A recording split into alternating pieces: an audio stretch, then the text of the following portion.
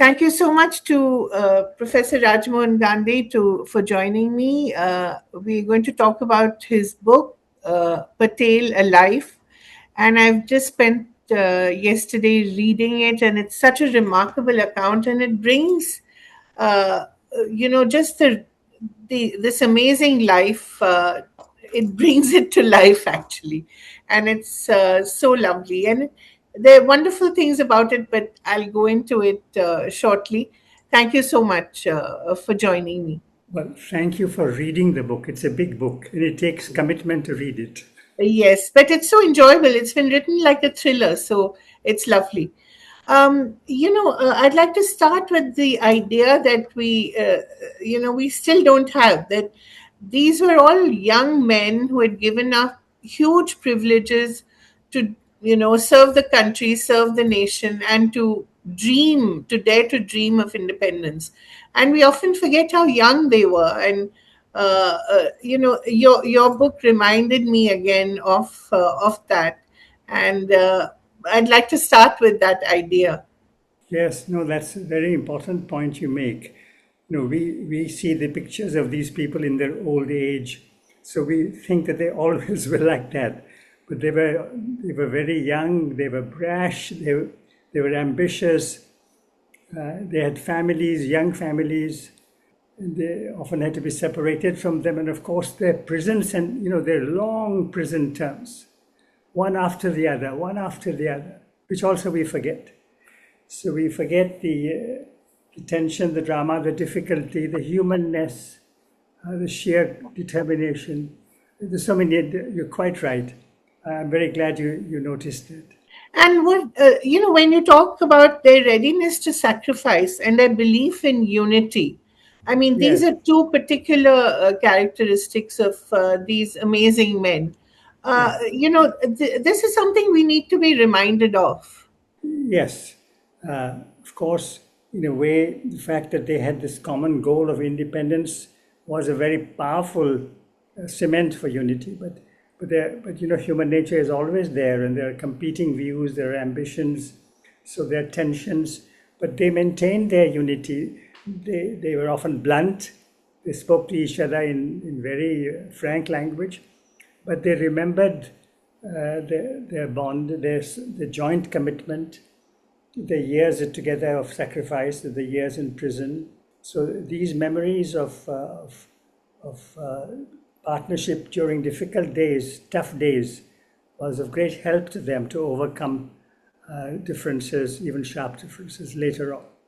And when you read their letters to each other, especially Nehru and Patel, they were very emotional men and they were very mercurial. I mean, they would get excited, agitated, angry all at the same time, and they would just pour their hearts out. Yeah. It's so lovely to read these letters. Yes. Some were And angry, some were just plain emotional, but they were always pouring their hearts out to each other. yes, yes. And then they would come together at crucial moments. At the end, they were together. Yes. Exactly. So there and is, i think and I think that is what is most significant, because Sardar Patel is perhaps the most misappropriated icon of independence in India, and the most misrepresented. yeah. And I think that is something that you have addressed so well in the book. But I would like you to talk a little about that misrepresentation and the misappropriation. First of all, although it's republished now, Yes. it was first published in 91. 98. Yeah.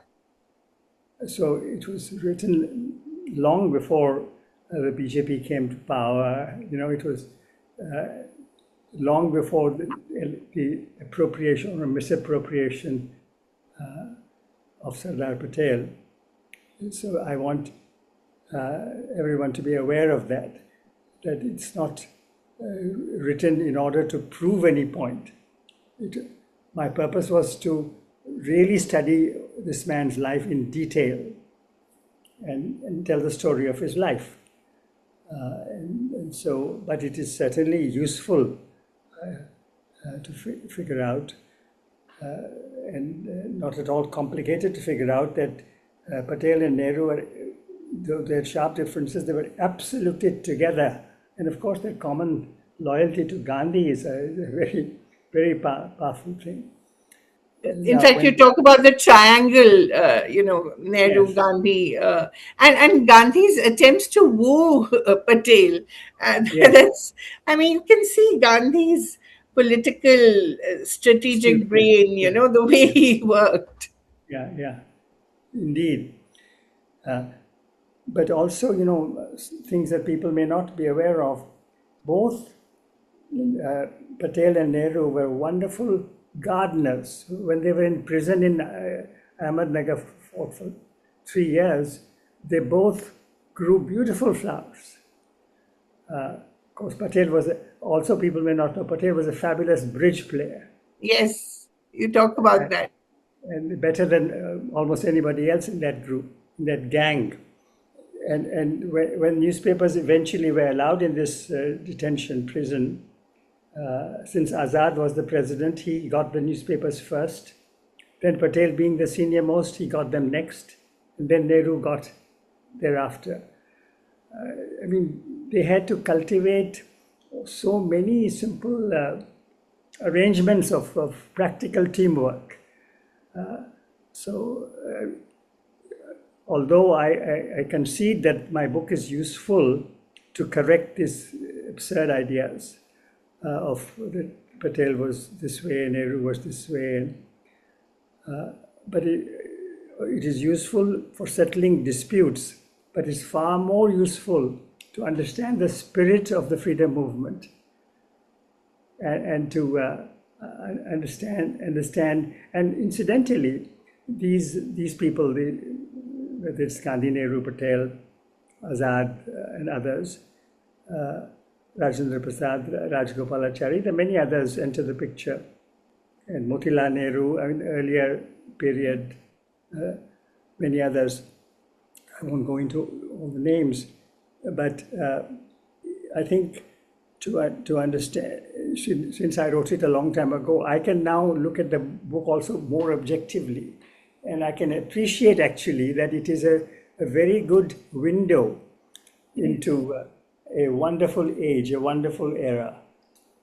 So I'm very pleased that I had the chance many years ago to work on this. And this was before computers. But I was, and many people were still alive. His daughter was alive, Maniben Patel, and some of civil servants who worked with him were alive, H.M. Patel, and many of his relatives were alive. They've all gone. And so Moraji Desai, and they were all able to give me various angles on that period. Yeah, and that's really lovely. And talk about Money Ben, and it was so remarkable. You talk about how she wove all the khadi that he Yeah. wore. Yes. How Yes. amazing. We Yeah. forget the cost of this to the families. The cost Yes. of their sacrifice and what the families had to endure.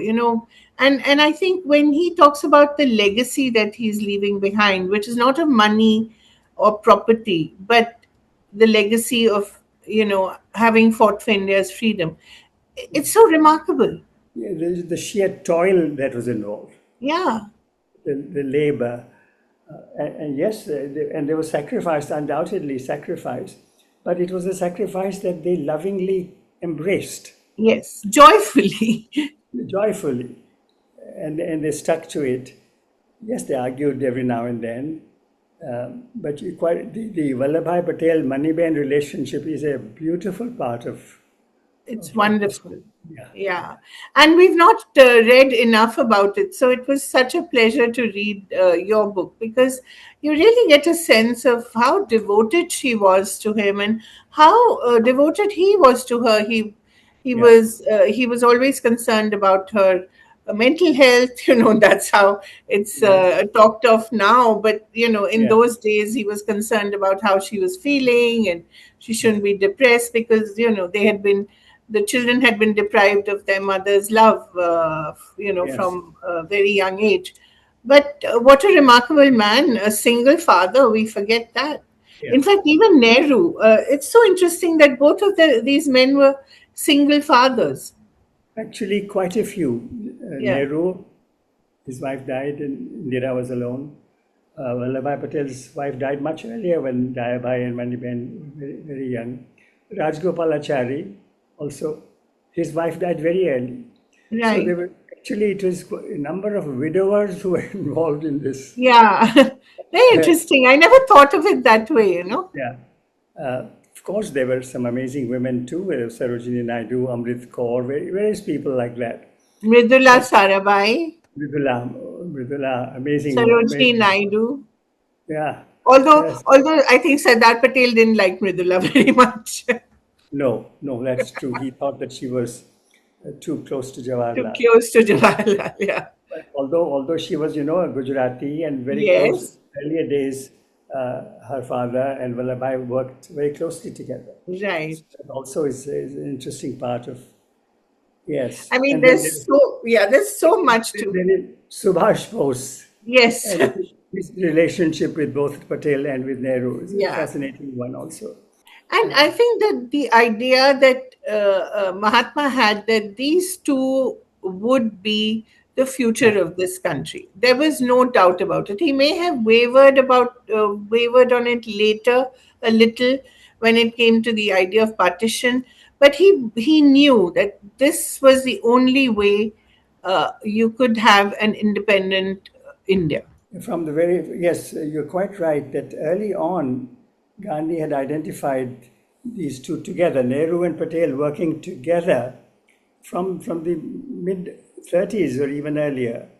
And he not only identified it in his own mind, but from time to time he said that to the country. And he was aware of their very sharp differences. But this was the amazing thing. Despite sharp differences, Yes. they stuck together as a team. And then, of course, as you may have observed, in the year or two before independence and partition, Patel and Nehru are absolutely together in favor of partition, and Gandhi is not. And Yes. they together managed to defeat Gandhi's resistance. Yes. And he is, of course, very disappointed and disheartened about it. But Yeah. he knows that there is no way that, and that also creating a new leadership at that stage is impossible. And also that the public opinion also was in favor of Exactly. Nehru and Patel and partition. So Yeah. Gandhi, yes, with great sadness, he gave up his opposition. But Right. you're quite right that Nehru and Patel, or Patel and Nehru, unitedly thwarted Gandhi's resistance at that stage to partition. Although they had huge differences, especially later when it came to, how the Muslims would be treated, how Kashmir was to be resolved. There were sharp differences there. Well, sharp differences, yes, but on the question of Hindu Raj, there was no difference. No Patel difference. was Contrary absolutely, to contrary to what is now being I mean, Patel sort was of propagated. categorical, again and again categorical. So I think so on that critical point, there was no difference, equal rights. But yes, how to deal with Kashmir, how to deal with Nizam of Hyderabad, there were differences and sharp differences. And I love the way that they both offered to resign usually at the same time. Yes, yes. Isn't that also amazing? Yeah. Both offering to resign, uh, and but Patel being absolutely firm that he was also, something else that emerges, which is forgotten today, that Patel was not only 14 years older than Nehru, he was also in poor health. And Patel was aware of this. There was no question of his, his challenging Nehru or trying to wrest power from Nehru. He knew that the Republic of India also was very strongly pro Nehru at that stage. And Patel was recognized it. He was a realist. The other idea, although Nehru was a Harrow boy, he was a Cambridge graduate, it's not that Patel was a pushover. I mean, he was quite anglicized himself when he came back from Well, England. to begin with, he wanted to raise Dai Bhai and Maniben in very British style. Exactly. And before that, while he was in London, let me also remind everyone that as a law student in London, Gandhi, Nehru, Patel, Jinnah, they all studied law in London. But remember, of all these people, the man who had the best results in the bar exams Exactly. was Vallabhbhai. I mean, intellectually, he was he was there, up there. Of course, he was much older when he went to London. He was already a pleader, so he had more experience. He went as an older man, whereas Gandhi, Nehru went as very young people. Patel was much older when he went, but nonetheless, it's important to recognize that Patel's performance as a law student in London was superior to that of Gandhi and Nehru. So these sort of the idea that these are two polar opposites and they could never get along with each other and they had totally diverse views. It's also such rubbish, if I may say so. It is really, it is rubbish. And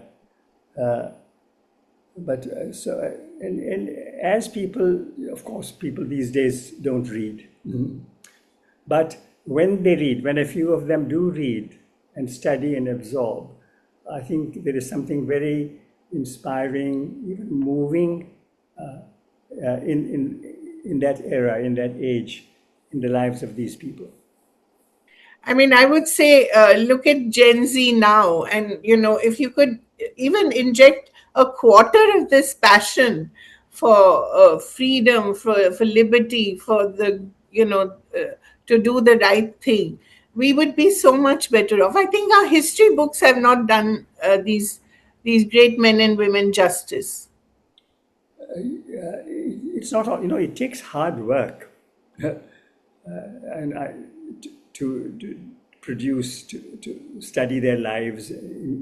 And not everybody has the good luck.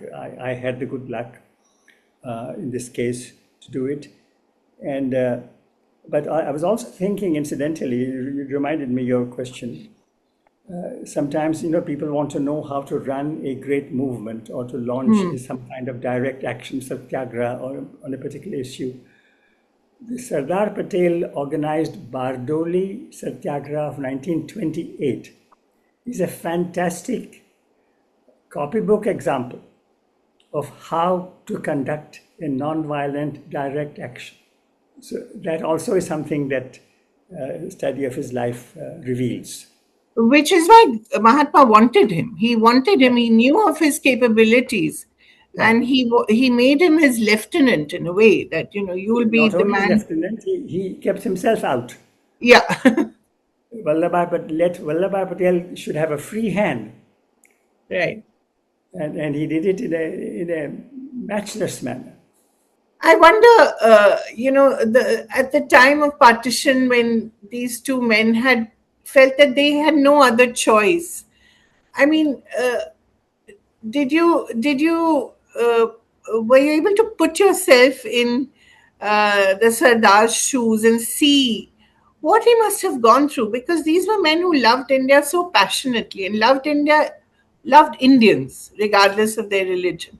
Yes. What kind of trauma must they have gone through? Must he have gone through? I think there was trauma, but there was also at that stage, they had found that Jinnah and the Muslim League had created so many obstacles that some of them felt good riddance. Many people felt like that at that stage, sadly, because Gandhi was one of the few who said that no, we have to live with them. So I can't say that Gandhi was wrong, but I can certainly say that Patel and Nehru were realistic, and it was natural for them to feel the way they did. But in a way, both perspectives are worth studying, analyzing, reflecting upon. And I loved the idea that there were some things that he drew a line on. This 6 months of joint control of Kolkata, or this corridor between East and West Pakistan. I mean, he Yes. just throws it out of the window. There's no Absolutely. way. So he was Absolutely. very clear about what he wanted and what he didn't want. Yes. And, Yes. Very true. Very true. uh, also, I think VP Menon's role is something that you bring Yes. in, and of course, it's known, but I think you see that dynamic played Undoubtedly. out here. So that is the other interesting thing.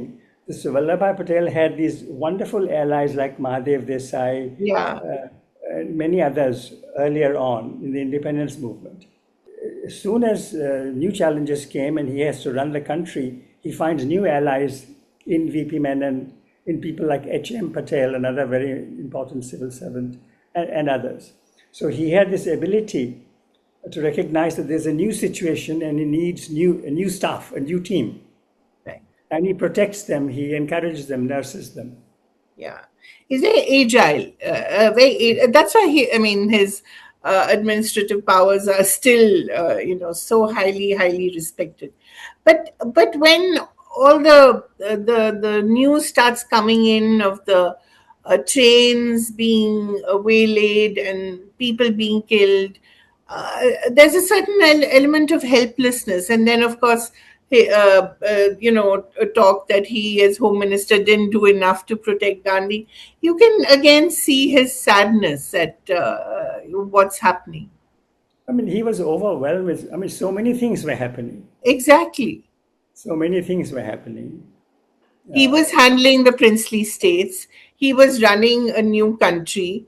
He was, I think, the army was being divided. I mean, let's just look at the things that were happening. I mean, there was a dozen impossible tasks were, and burdensome tasks were on his desk and on Nehru's desk. So no doubt about that, which we, and the millions of refugees also had to be looked after. I mean, it was just incredible how he and Nehru and others coped with what was happening. Incidentally, we have not talked about the constitution making and Ambedkar and all that also. All that, I don't know, forget now. I don't think Ambedkar features too much in my Patel book, Yeah, yeah, not in the Patel book. but he features in some of my other Yeah, researches, subsequent researches. And because but Patel was, I think even in this book, it perhaps emerges, I've forgotten now, that he was very enthusiastic about Ambedkar being yes. brought into the picture and being made the chair of the drafting committee and the law minister. So those were, no, I think the freedom movement and people like Vallabhbhai Patel, they merit serious, fresh study. It will do no harm. It may do us a lot of good. Absolutely. And for it to be popularized and for it to be understood in its true light, I think is very important. Well, I'm very pleased, Kaveree, that you had the time to do this, and I'm sure that this will contribute. Thank you so much. It's always such a joy to listen to you, and I do hope that a lot of the misconceptions around Patel will be resolved when they read this remarkable book, because it's also written in such a racy style, and an easy style that it does make for a great read. So thank you so much for doing this. Thank you, Kaveree, and all good wishes to you. Thank you.